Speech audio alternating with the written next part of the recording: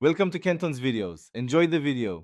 You start by ensuring you have an administrator account and a recent backup, because repairing core security components can affect system files. Once done, run Windows Update and install all pending updates. Many security issues disappear after updates. Next, open Windows Security and run a quick scan to capture current errors or codes. This gives you a baseline and tells you whether to run system file checks or deeper repair tools.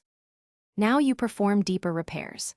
Open an elevated command prompt and run sfc/scano to repair corrupted system files. This fixes many Windows security failures. If SFC reports unrepaired files, run dism/online/cleanupimage/restore health to download clean files and restore the component store.